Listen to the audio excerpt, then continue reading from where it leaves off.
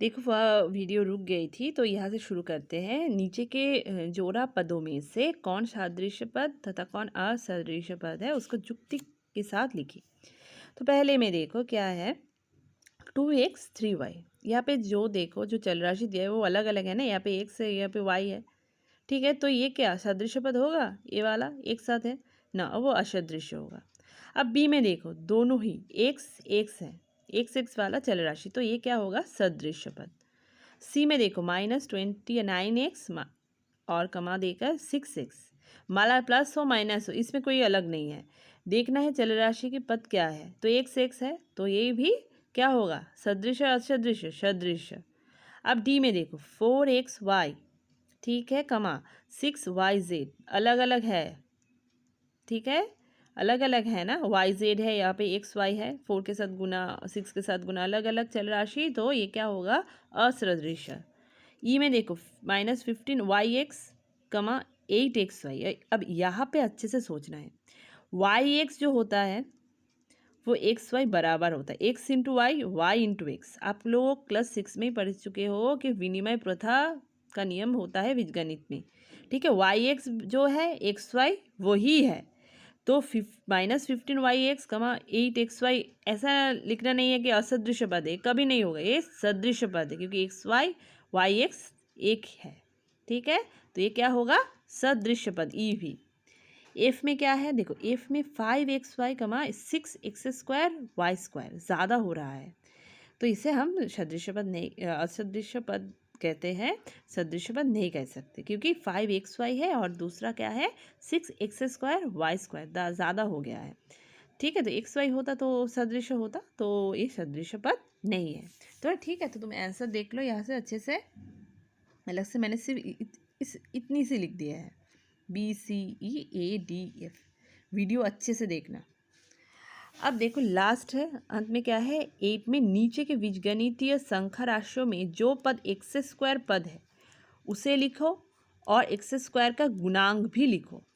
अब यहाँ पे x² वाला पद ढूंढकर लिखना है और साथ साथ x² का गुणांक लिखना है। चलो आ जाते हैं यहाँ पे, देखो 5 माइनस, देख लेते क्वेश्चन में भी 5 माइनस XY², तो यहाँ पे वही लिखा है 5 माइनस XY² में x² पद है ही नहीं, x² पद है x है, x² पद है ही नहीं, तो x² का गुणांक यहाँ पे 0 है ही नहीं, तो गुणांक ना लिखने से भी नहीं भी लिख सकते हो, 0 भी नहीं लिखो तो कोई बात नहीं, नहीं है, ठीक है, x² का गुणांक नहीं है भी लिख सकते हो, 0 भी ना लिखो।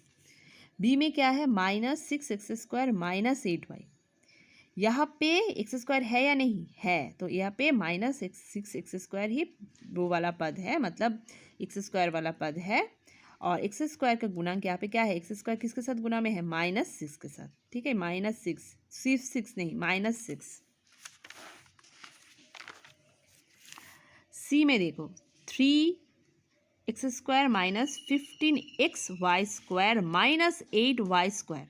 यहाँ पे क्वेश्चन में क्या बोला गया था, x² वाला पद ढूंढना है, तो देखना है यहाँ पे x² वाला पद कौन है, सिर्फ यही, ठीक है। तो ये x² किसके साथ गुणांक में है 3 के साथ, तो यहाँ पे ये जो पूरे 3x² minus 15xy² minus 8y² जो त्रिपदी पद है, इनमें 3x² पद ही x² पद है और x² का गुणांक क्या है 3 है, तो x² का गुणांक क्या है 3, मैंने कुछ नहीं डाला, मतलब क्या है तुम लोग गलत कर सकते हो, सिर्फ 3, ठीक है।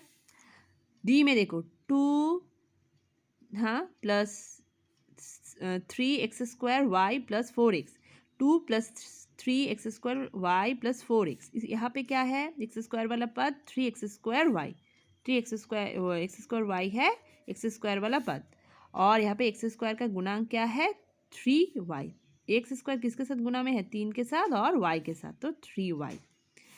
अब लास्ट है अंत ई 5 minus 6x² y² plus 6xy, ठीक है। आपको x² वाला पद ढूंढना है, तो यहाँ पे है ना, तो यहाँ पे x² वाला पद क्या है 6x² y², ये पूरा पद ही लिखना है, सब में हो रहा है, और यहाँ पे x² किसके साथ गुना में है 6 के साथ और y के साथ, साथ ही साथ माइनस साइन भी इसके साथ, तो x² किसके साथ है -6, यहाँ पे माइनस साइन ऐड करना है जो रहा है, ठीक है, और y के साथ, तो -6y²।